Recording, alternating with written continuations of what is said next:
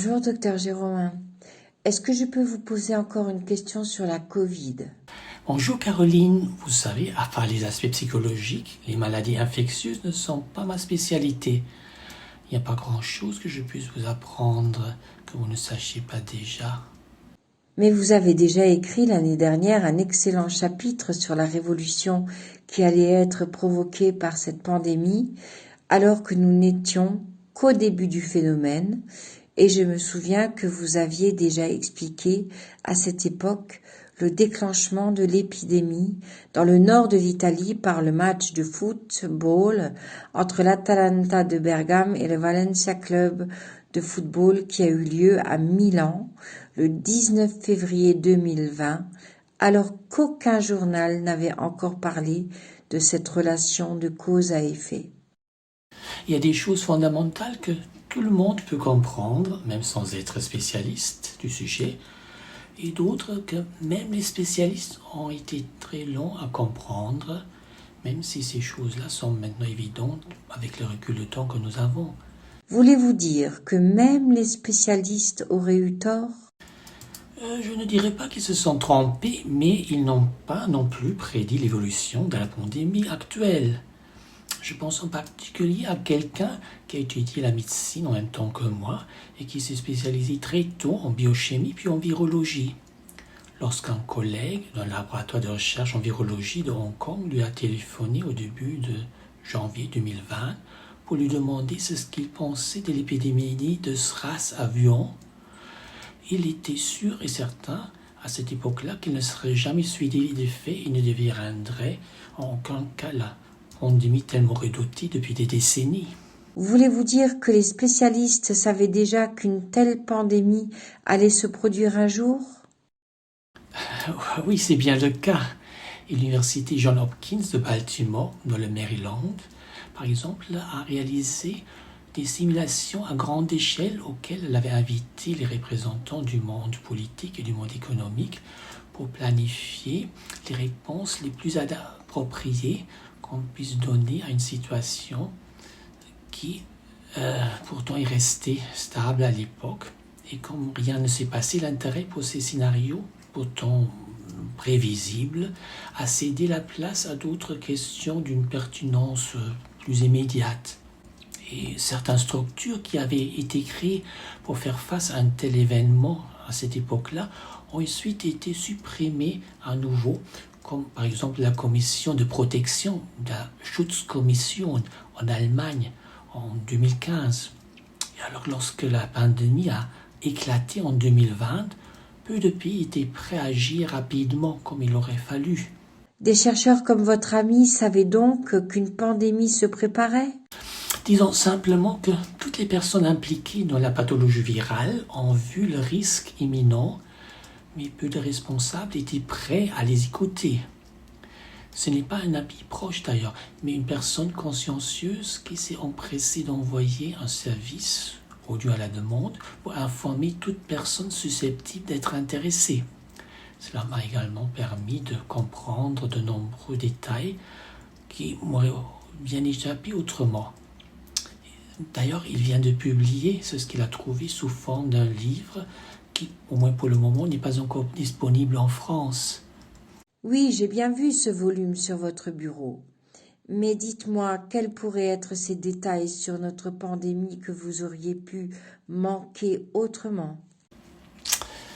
Il y a tout d'abord le mythe de l'origine de la pandémie au marché de fruits de mer à Wuhan.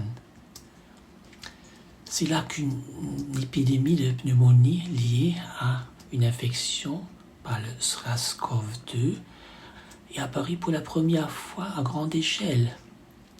Mais ce même virus avait déjà été détecté le 18 décembre 1919 dans les eaux usées de Milan. Il s'est propagé donc déjà dans le monde entier avant que les infections cliniquement significatives se soient découvertes. Et ensuite, les blocages d'aéroports pour empêcher l'arrivée du virus sont arrivés bien trop tard. Donald Trump a parlé d'un virus chinois. Keep calling this the Chinese virus. It comes from China. That's why. It comes from China. I want to be accurate. L'analyse génétique du SRAS-CoV-2, qui est actuellement présent aux États-Unis, montre clairement qu'il ne vient pas de Chine, mais il vient d'Europe. Ce n'est pas ce que je pensais. Y a-t-il encore un autre mythe qui s'est avéré faux à propos de ce virus qui nous menace tous en ce moment? Oui, il s'agit des idées que beaucoup de gens ont sur la nature et la transmission. Et quelle serait la particularité de sa nature? Comme vous le savez, étant un virus, il n'a pas de vie propre, ni de métabolisme comme les autres germes que nous connaissons.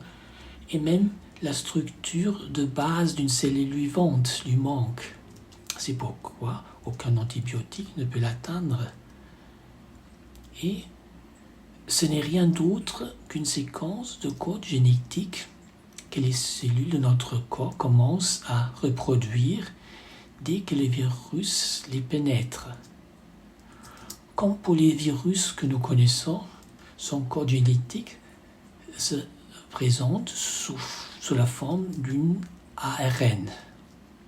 C'est le codage génétique qui a été remplacé au cours de l'évolution des êtres vivants sur Terre par la double hélice de l'ADN, qui est plus fiable et moins vulnérable aux mutations. Les organismes qui transmettent leur structure génétique sous forme d'ARN ont rapidement été remplacés par ceux qui utilisaient la structure en double hélice de l'ADN, qui est, comme dit, beaucoup plus fiable. Dites-vous que les organismes qui avaient une double hélice d'ADN ont remplacé ceux qui n'avaient qu'un seul ARN, à l'exception de virus comme les coronavirus qui continuent à fonctionner avec un ARN.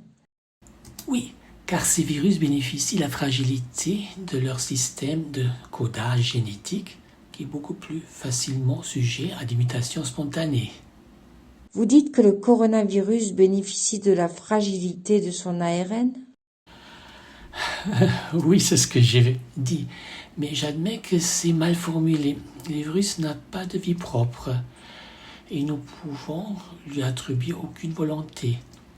Mais si vous acceptez de voir la situation en vous mettant à la place du virus, vous comprenez tout de suite que son intérêt ne peut pas être de tuer ses hôtes, car toutes ses chances de multiplication s'arrêtent aussi avec leur vie. Il vaut mieux, pour lui, trouver le plus grand nombre possible de victimes qui restent en bonne santé et qui lui permettent de continuer sa reproduction.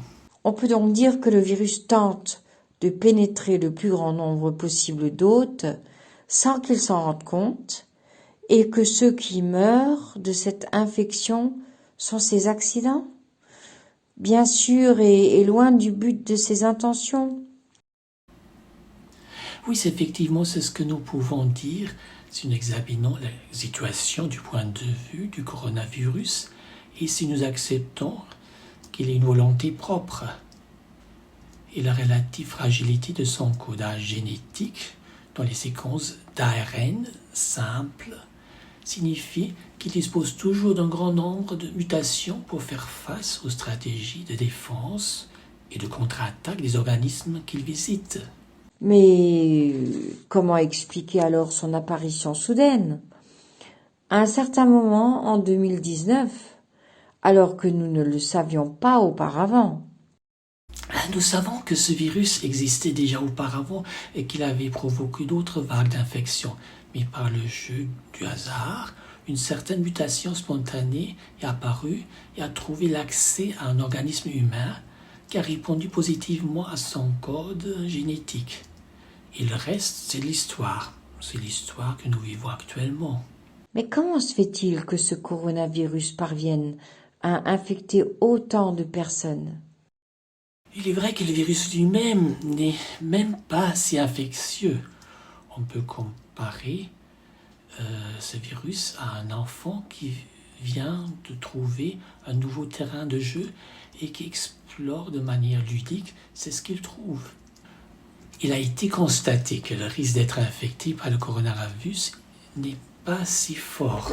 Quand vous vous trouvez dans une voiture avec une personne infectée sans prendre de précautions particulières, le risque d'attraper le virus est d'environ 5%. D'autre part, les espaces froids et mal aérés où les gens chantent ou crient deviennent des véritables bombes à contamination. Comme par exemple le stade San Siro de Milan, où le match de la Ligue des Champions entre l'Atalanta Bergamo et Valence a eu lieu le 19 février 2020. Alors, que me conseillez-vous de faire pour me protéger en plus de ce que je fais déjà? C'est certainement une bonne idée de continuer à porter des masques dans les espaces clos et de veiller à l'entretien des systèmes de ventilation. Mais ce qui n'a peut-être pas été suffisamment pris en compte est le fait que le coronavirus se propage particulièrement bien à basse température. Donc laisser les fenêtres ouvertes en hiver n'est probablement pas la meilleure option pour prévenir une infection. Merci, docteur Géromin, car même si ce n'est pas votre spécialité, ces explications m'ont quand même permis de comprendre un peu mieux la Covid-19. Au revoir Caroline.